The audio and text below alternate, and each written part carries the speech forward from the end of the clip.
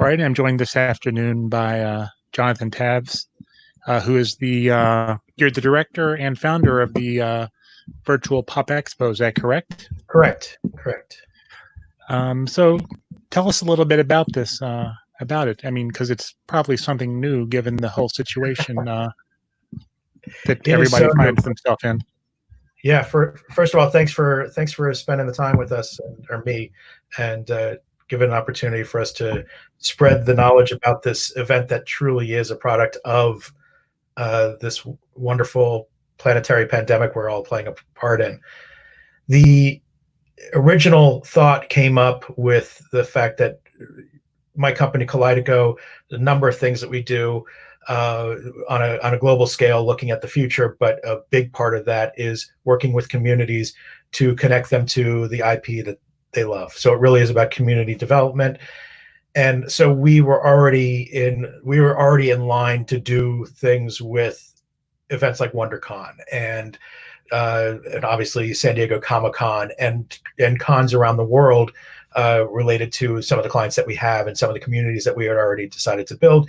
And as soon as WonderCon announced their cancellation, we started just rough conversations with partners that we had in the past. We'd done programming with Legion M and with Bernie Bregman of X Level Ent and others. And immediately we realized that there were two main things that were definitely hit and hurting because of this. Main one being all these exhibitors that provide this amazing stuff on the exhibitor floors. They've got a whole bunch of inventory and no way to move it. And plus there's a huge community that's not able to get together to commune and do the thing that really energizes them, whether it's for a month or for a quarter or for a year. In some cases, they might only go to one con a year and that's enough to keep them energized when they go home. Now we're all stuck at home. And at the time, not all states were closed, not all cons were canceled, but even with the knowledge that the fact of traveling causes a health risk to many of the people that would want to go to these things, those are the two pieces that we were saying, oh my goodness, we've got to do something. Is there something we can do? And the whole idea congealed, and we had that meeting on March 18th, a phone call with the potential partner saying, here's the way we envision it, who's in? And we all said, okay, we're in. And the way we envisioned it was we only wanted to go forward if we could provide an opportunity to help the vendors, if we could provide that environment for the community to come together and, certainly put out the panels that most people are used to seeing. But the key to at least us at Kaleido was it had to be something that is as close to being there as possible. So, we talk about the future of virtual reality and all that. We actually, me and an associate had published something that was picked up in a few markets, and it was about virtually there or there virtually. And the main element that we were left with was, as long as you're creating some type of visceral connection with the end user, it's a virtual reality. So even the fact that we're on this call right here using StreamYard, I've never been to your house, but I can imagine what it's like in your house. And it's, it's meeting somebody. Yes, it's not the same as shaking hands, but it's still, we're able to put that whole picture together. And this is a virtual space for us to talk in. The same thing went with how we wanted to do this. And luckily, the secret sauce that we have is the fact that we've been working with a company called Auxit for a while. They've been in stealth mode, run by really top-notch telecoms folks. So it's not just like, oh, we're building an app. They've got the whole infrastructure, and the whole idea that they had was they wanted to build a peer-to-peer commerce play for communities, for people that are passionate about something. So the original idea was, let's create rooms that are theme-based, category genre-based, so that people will come into those rooms, have conversation in an app that is very similar to WhatsApp and with real-time conversation. In this case, you don't have to already be friends with everybody like you do in WhatsApp to be invited into a room. You can say, you can self-identify, I want to be in that room, can I join? And with that, they can then sell product. That was the piece that we felt was the missing piece of the virtual that we're now able to present in the environment that we're presenting, where people can go and without bumping into others, without shuffling for space to see merchandise at these booths, they're able to go around and explore all of these booths from all of these vendors, start in conversation immediately with not just the vendor, but the other people that are in the room at the same time. And we decided to extend that to be, well, we can do happy hours and do the same thing, where there's live drops of product. You know, if we're sponsored by a retailer or somebody, they can give us their, we've got partners that we haven't yet announced that are major retailers that are giving us a whole bunch of product that we'll be able to drop in real time. And only if you're there do you have a chance, an opportunity to click on a button and say, yes, I'll take one, thank you. So really sort of long story of how it all came together, but that decision was the fact that we didn't want to just stream content. We wanted to really help the vendors, and it wasn't just about a link off to a vendor site. It was, how do we really create that environment that truly makes it virtual?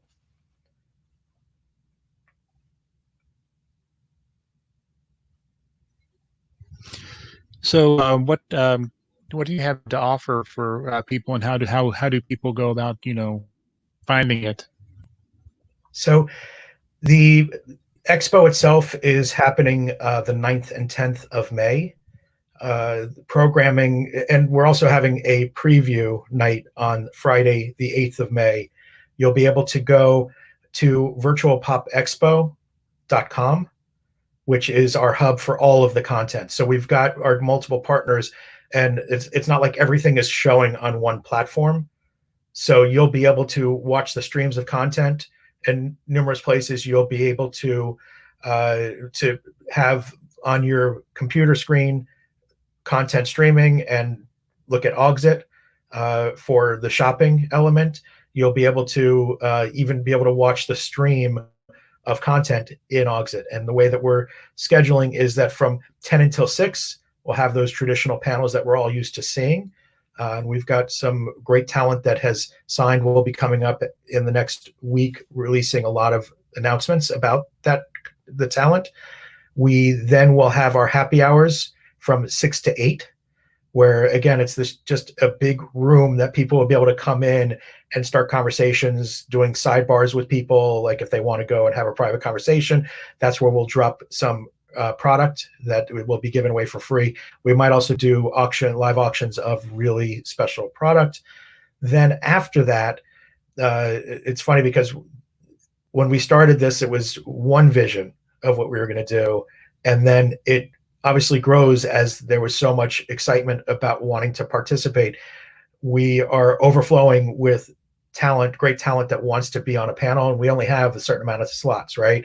So we decided we're going to do an after hours program, which will, the hope is that it will be the same energy as, let's call it, when David Letterman started the Late Show.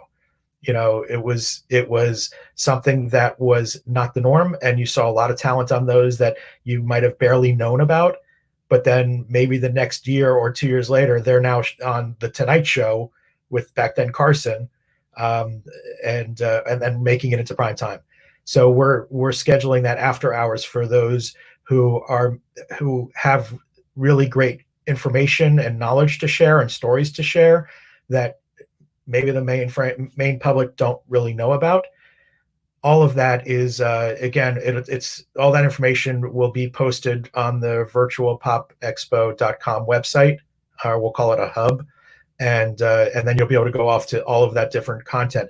The one thing that I'm really excited about is we didn't want to do this without giving back, and even though for everybody it's all about inclusivity and accessibility, so everybody gets in free. The vendors didn't have to pay for a booth. What we were able to do was Auxit graciously halved their transaction fees. So it's it really is about how do we stem the tide of losing money, losing revenues, to provide money for those vendors, but also how do we create that excitement of community? And if we had put a paywall around it, I don't think it would be as it's not something I personally would want to be involved with. And that's the same as the other people, gracious people that are volunteering a lot of time, a lot of power to do this. And so with that being said, we've got 3 main charities those 2 we will be announcing, but effectively they cover teen mental issues, and that's also blended with foster care.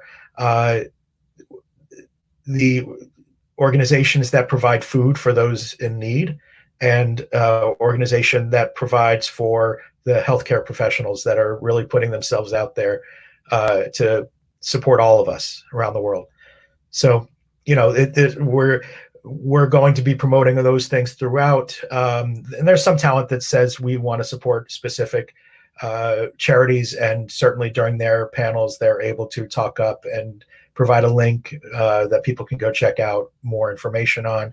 But again, this is about doing a good thing and having a good time and having an open mind, because a lot of this has never been seen or done before. There are certain pieces that are all familiar, but we haven't seen it done all together. And certainly it's about taking advantage of this time that all of us are sort of working off the cuff. How do we make this work? How do we, not just us that are putting on this expo, but everybody's like, what's going on here? And so we're hoping that for this let's like 2.5 days of the Virtual Pop Expo, that people will be able to let loose and have some fun.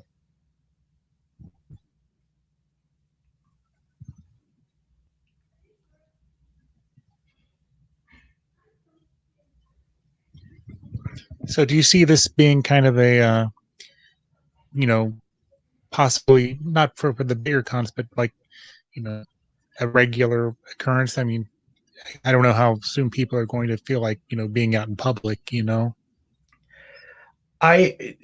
Yes, I think that there is a definite possibility for the future. In fact, we've had some of the major cons already approach us about how can we facilitate, not just for even this period of time, but moving forward. I'll use as an example somebody that did it really well, and they were the first to really do this in terms of music festivals. Coachella had done formed a partnership with YouTube and T-Mobile to be able to stream their concerts.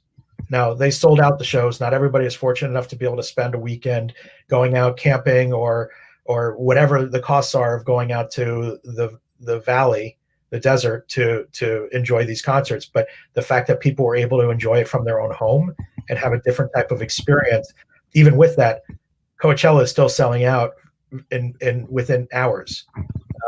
So it's not like it even takes away from that. What we're seeing is that there's a huge interest in being able to reach more people in extremely cost-effective ways, so that if you've only been able to see a small comic book expo in your hometown, and certainly there's those vendors that are there, you're going to have so much deeper access to vendors around the world through this. And it's all, it's going booth to booth.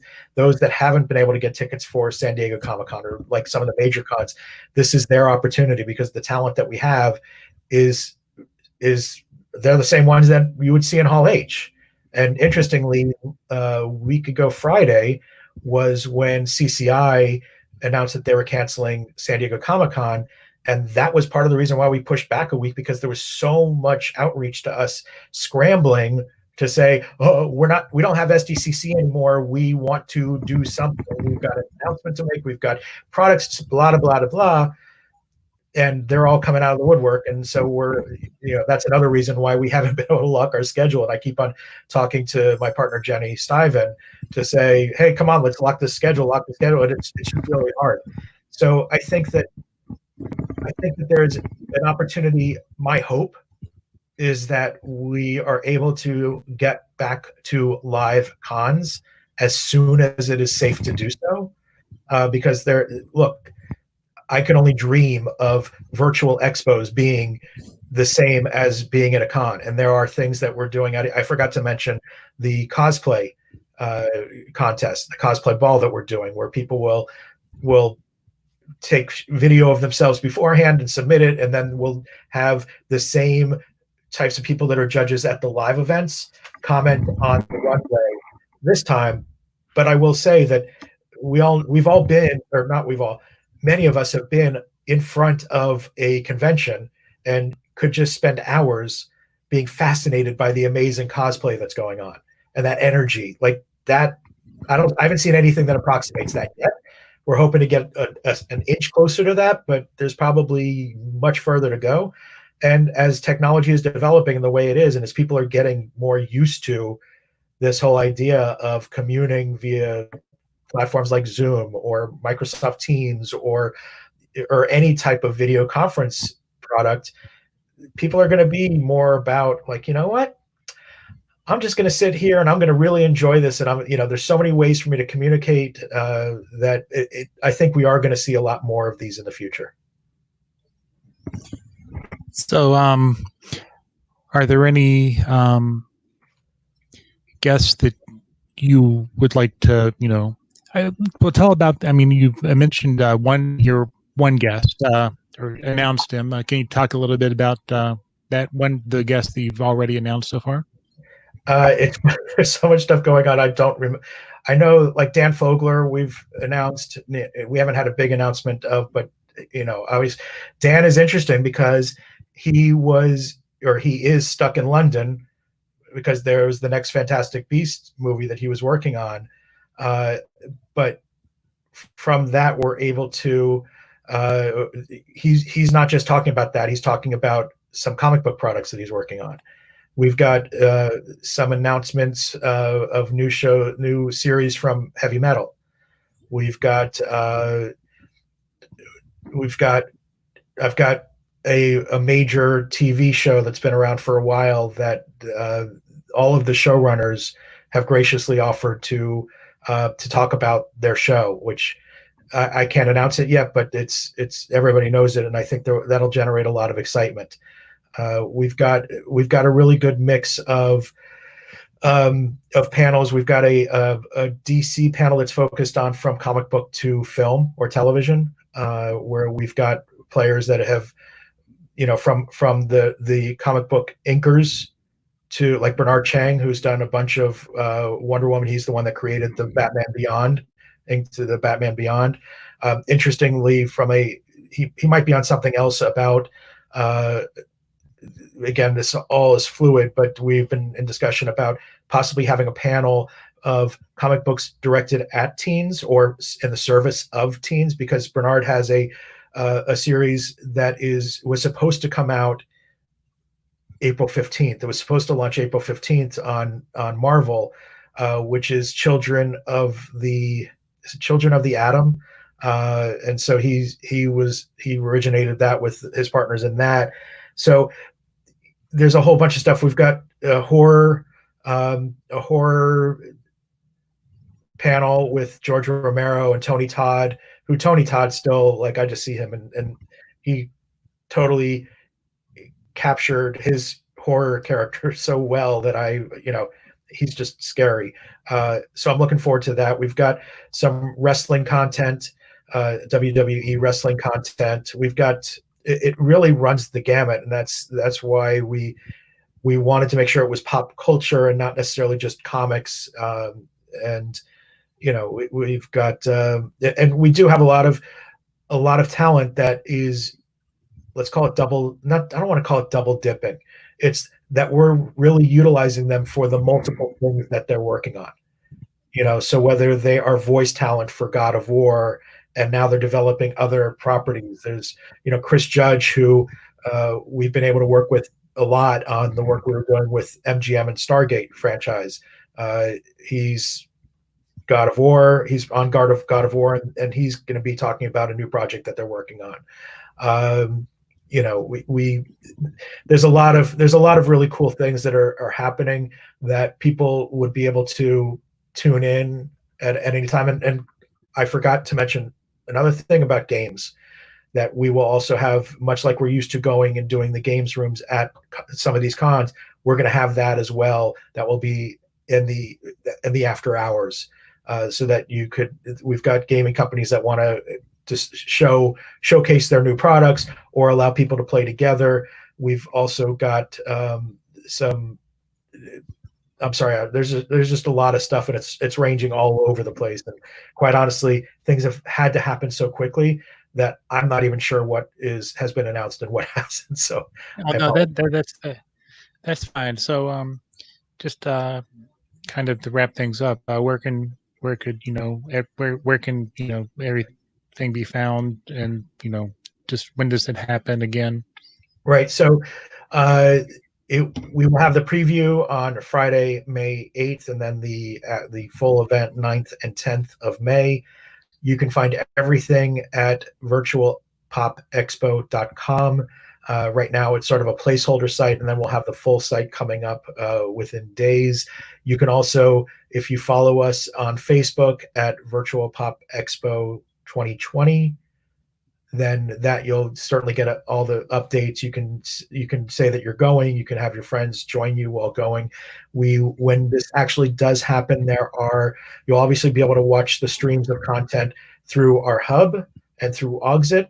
But we also, with our larger partners, they're all doing watch parties, Facebook watch parties for the content, so you can watch it within those communities as well. For us, it really is about how many people can we reach, how many people can we drive to the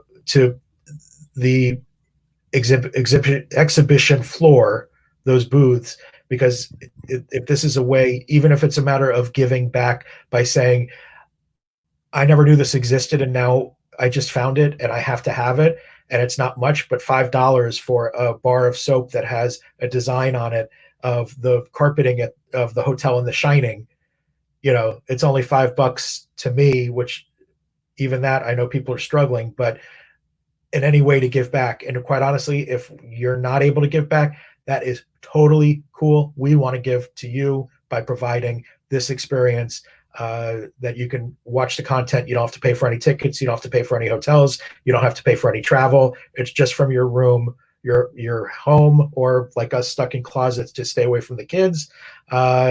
It's that type of flexibility and accessibility, and we really welcome all. We hope that people do share that this is happening.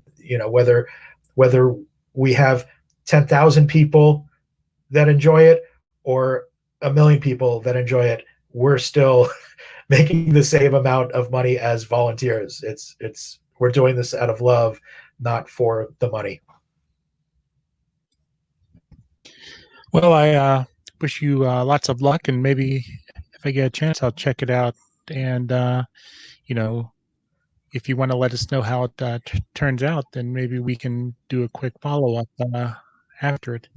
That would be great, Chad. Thank you, and I do hope you can check it out. And look, this is brand new for all of us, so I'm really interested to see what kind of traffic we have. What kind of to me, I really wanted to gauge the sentiment.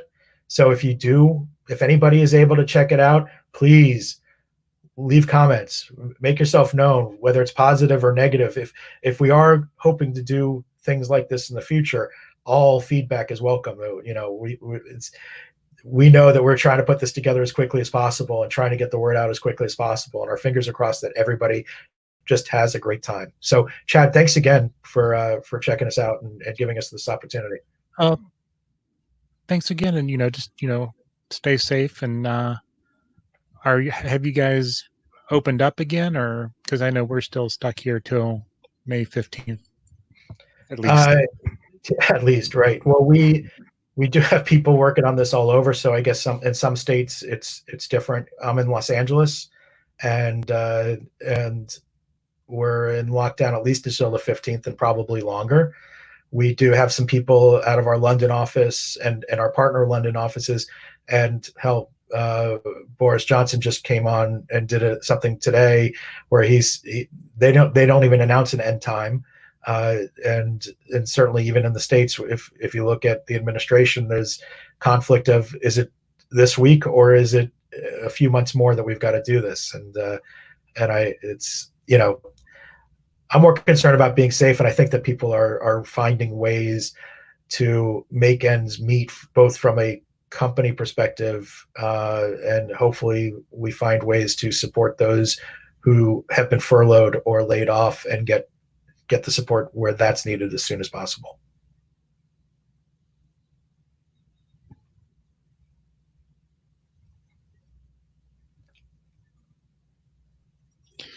Well, thanks again, and like I said, have a good. Hopefully, I'm sure the con's going to go off great, and just be safe. And we'll talk later. Absolutely. Thanks, Chad. Be safe as well. Speak soon. All right, you too. Thanks.